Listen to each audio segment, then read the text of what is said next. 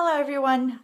This video is still in the storage area, and today I'm here to show you how I do store my scrap leftovers and how I keep them. So these are pretty much the three ways I store them, and I'm going to be showing you one by one.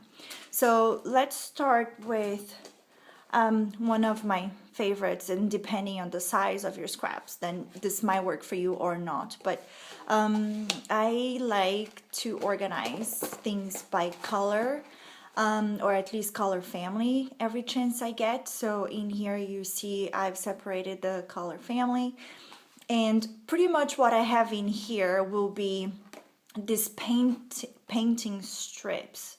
These you can get pretty much every paint store. It depends on where you're from. Well, I don't think it would help very much name the ones here in Austria, because most probably are not from Austria, the ones watching this. So these are actually, I don't know if you can tell, these are like wooden print kind of thing. So this actually doesn't really apply to any of the color family, so I just leave them in different area.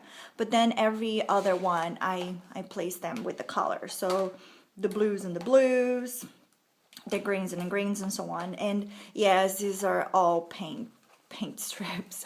I'm a bit obsessed with them. It's just that I love the different shades that you can get from one of those. And what I really like using these for is for dyeing shapes like these, for example. So something else what I do with very tiny pieces of paper that I have left over, a bit gringy, I think that's the word that's used in English, I'm not sure. Stingy, I guess that's the word. So I don't waste any paper, especially if it's expensive or I know that I'm gonna have a hard time finding it. So even the smallest of the scraps, what I do is I use these type of die cuts and I separate them in small containers. I just try to really not waste any paper if I can. The next thing that I like using for scrap storage is this photo album. It's very practical because I can flip through it very fast and I can see what it is that I have leftovers or not. You see, I use a lot of die cuts for these. Especially with paper, like I mentioned, that I know that I'm gonna have a hard time finding it. Yes, this is actually something like a postcard. Here in Europe, you find a lot of these things hanging around. Commercial for something, I'm not even sure what this is, but anyway, what I like about these, like this is I'm not sure if the camera is actually capturing. Let me see, try to focus. Sorry, it's really not focusing. Maybe now.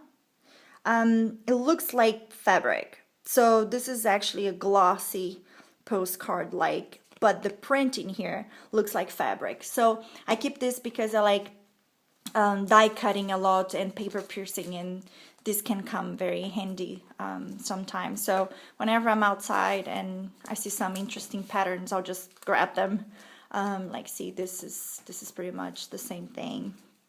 Yeah, these are more painting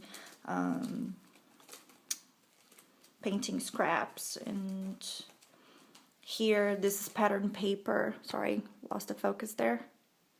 I think we're back. Yeah, and I keep them in here. I try to have one page per, so you see I don't really have a lot.